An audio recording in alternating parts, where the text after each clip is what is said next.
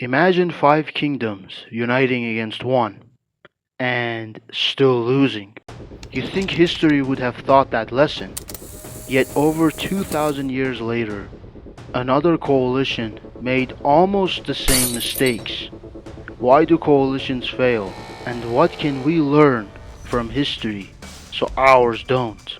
In 2015, Saudi Arabia, alongside the UAE, Qatar, Kuwait, Bahrain, and several other countries, formed a military coalition with support from the United States and its Western allies. The goal? To restore the Yemeni government by defeating Ansar Allah, better known as the Houthis, a pro-Iranian Shia militia movement that had seized the Yemeni capital. Together they possessed one of the largest military advantages in the region. They had modern aircraft, precision-guided weapons, advanced intelligence, and oil money. On paper, this shouldn't have been a difficult war. Yet, years later, the Houthis are still fighting. The Yemeni government had not been restored. Coalition members gradually pursued different interests, and today, the coalition exists much more on paper than as a unified military co-op. Ansar Allah came out stronger than before. But this wasn't the first coalition to fail. 2,000 years earlier, five kingdoms believed victory was inevitable. This is ancient China.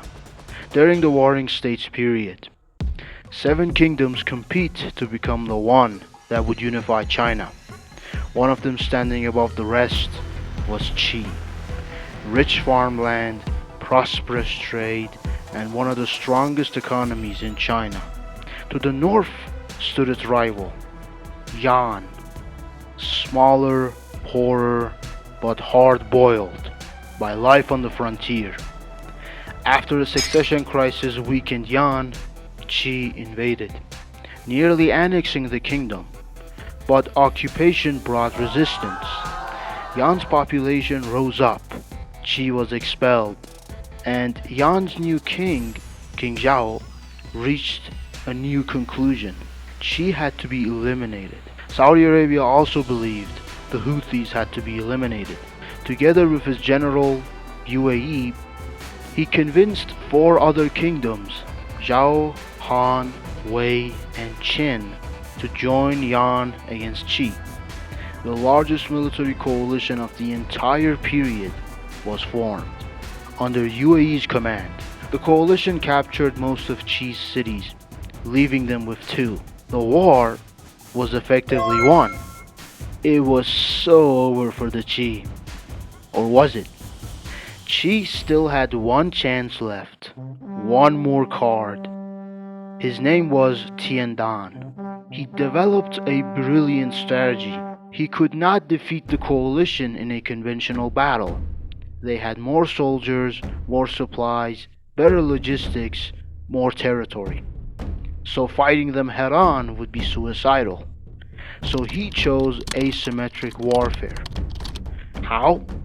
4 years after the coalition formed, Yan's King Zhao dies. A new king inherited his legacy. Tiandan immediately saw an opportunity.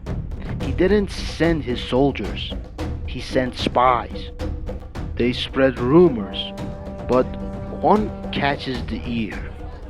UAE, the coalition's commander, wanted to overthrow the new king, a coup d'etat. The new king believed it. UAE was removed from command. At first impression, this should not have mattered.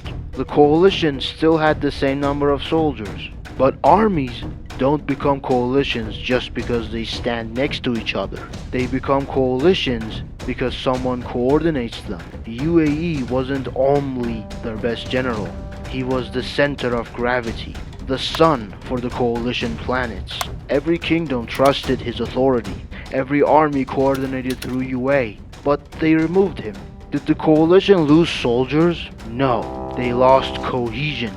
Every kingdom slowly returned to pursue their own interests. By this point, the coalition still existed, but only on paper. Tiandan continued his psychological campaign. He spread rumors designed to provoke Yan into mistreating Qi prisoners.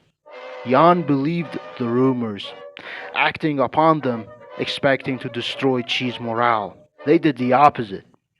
Then Tian made his move. Hundreds of oxen, their horns attached with blades, their tails set on fire, released into Yan's camp at night.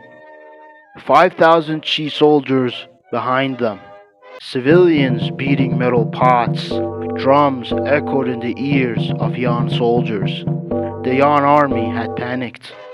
It fell into chaos, with the Yan's morale collapsing and the Qi's morale increasing. They lost the battle, and another battle, and another battle. Within months, the coalition lost every territory it had spent 4 years conquering. Qi was back on the map, a humiliating defeat for the coalition. Tiandan didn't defeat it by destroying its armies. He defeated it by destroying the one thing that made it a coalition in the first place, its unity. So, what does any of this have to do with Yemen? Just like UAE, Saudi Arabia wasn't just the strongest member, but it was also the coalition's coordinator. War planning, intelligence, logistics, political leadership, and legitimacy, they all came from Riyadh. But coalitions have a weakness. Every member joins for a different reason. Qatar had different priorities, which got them kicked out. The UAE had different interests. Bahrain, Kuwait, Saudi Arabia, each had different goals. Once those interests drift apart, the coalition stops acting as a unified army. Ansarullah understood. Tiandan understood. First, fight what keeps it together. Instead of trying to defeat every member head on, they increased the cost of staying united. Less costs for you, more costs for them. Cheap drones, cheap missiles. But every strike made cooperating harder. The coalition still existed, but mostly on paper. With the UAE Saudi conflict in early 2026, it's safe to say that the coalition is dead in the water, with it not capable of achieving its objectives. Exactly what happened in ancient China. Coalitions rarely collapse because they're defeated militarily. They collapse because they lose cohesion. Destroy cohesion first, not soldiers. Coalitions depend on unity. If you can't destroy their army, destroy that of which makes them one. Like, subscribe, and hype.